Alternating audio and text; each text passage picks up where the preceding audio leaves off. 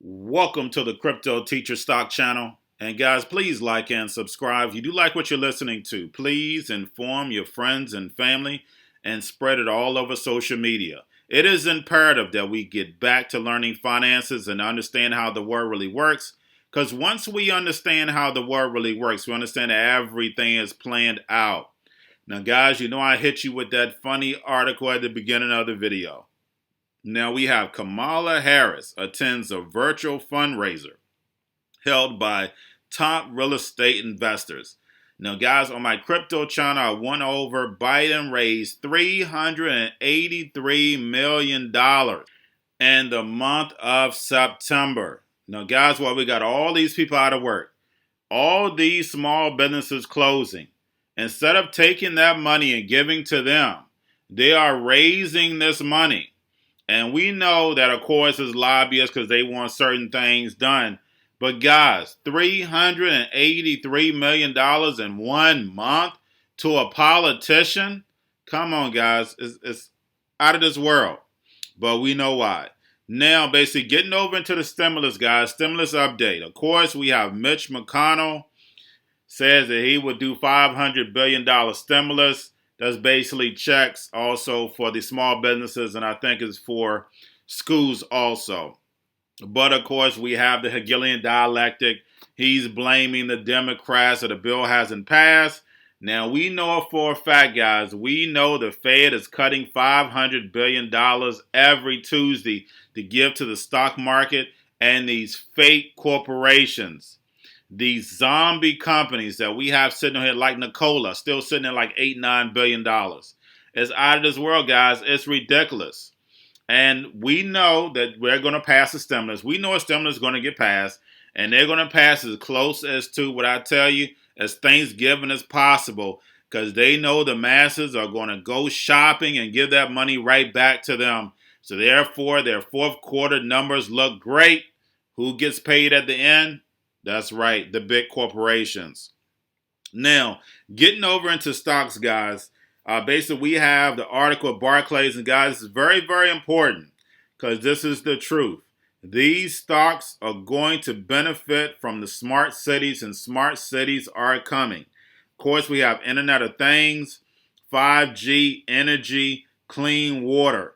Now, getting over into the ETFs and the stocks that I look at, now, we know Exxon is going to play a big role in that. Of course, the Rockefellers, renewable energy. But these are some ETFs. Right now, they have topped out, guys. Remember, what we're doing is that we're going to build a portfolio. We know we're going to take that hit, but you have to build your portfolio. The first one, the ticker is TAN, Solar Energy. And, of course, we had the Rothschilds go over that. The Heirs, Invesco Solar ETF. Also, we have iShares Clean Energy. That's ICLN, the ticker. We also have Next Era Energy.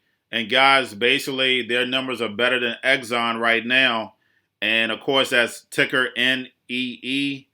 And lastly, guys, we have Vestas Wind System, VWDRY.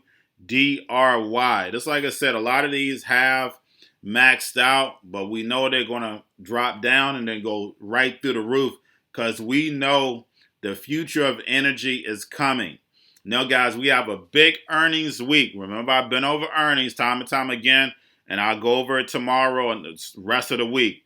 But we have a big earnings week. Of course, we have Apple, Snap. So make sure that you're focused on that because that's the biggest swing of stocks the majority of the time, and that's doing earnings.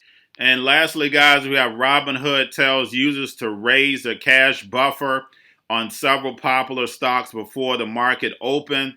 And guys, we know that Robinhood is ran by the powers that be. We've seen them go down. We also see popular news stations, articles try to shake you out. Stick to the fundamentals, guys. You'll be fine. But guys, all I have for you, don't forget to like and subscribe and spread this channel everywhere. You have a wonderful day. If you don't get that agreement in the 48-hour deadline you said, what happens?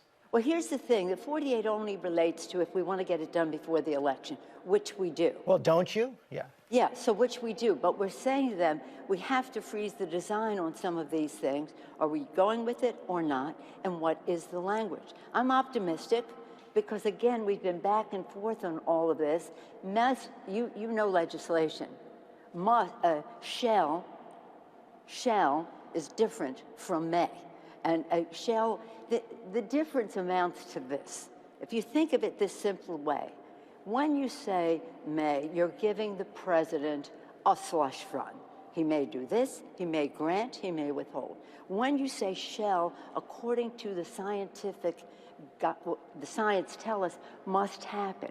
And if we test and trace and treat, mask, separate, ventilate, sanitize, and all the rest of that, we can open our schools. But we Madam can Speaker, open our businesses. Even if you reach a deal with the White House, somewhere around $1.82 trillion, Leader McConnell has said he's not going to put something like that on the floor of the Senate. So what happens? Well, he said a number of things. And one of the things that he said, I think it was yesterday, but it was reported yesterday, that is if the White House and the House come to an agreement, that he would put it on the floor.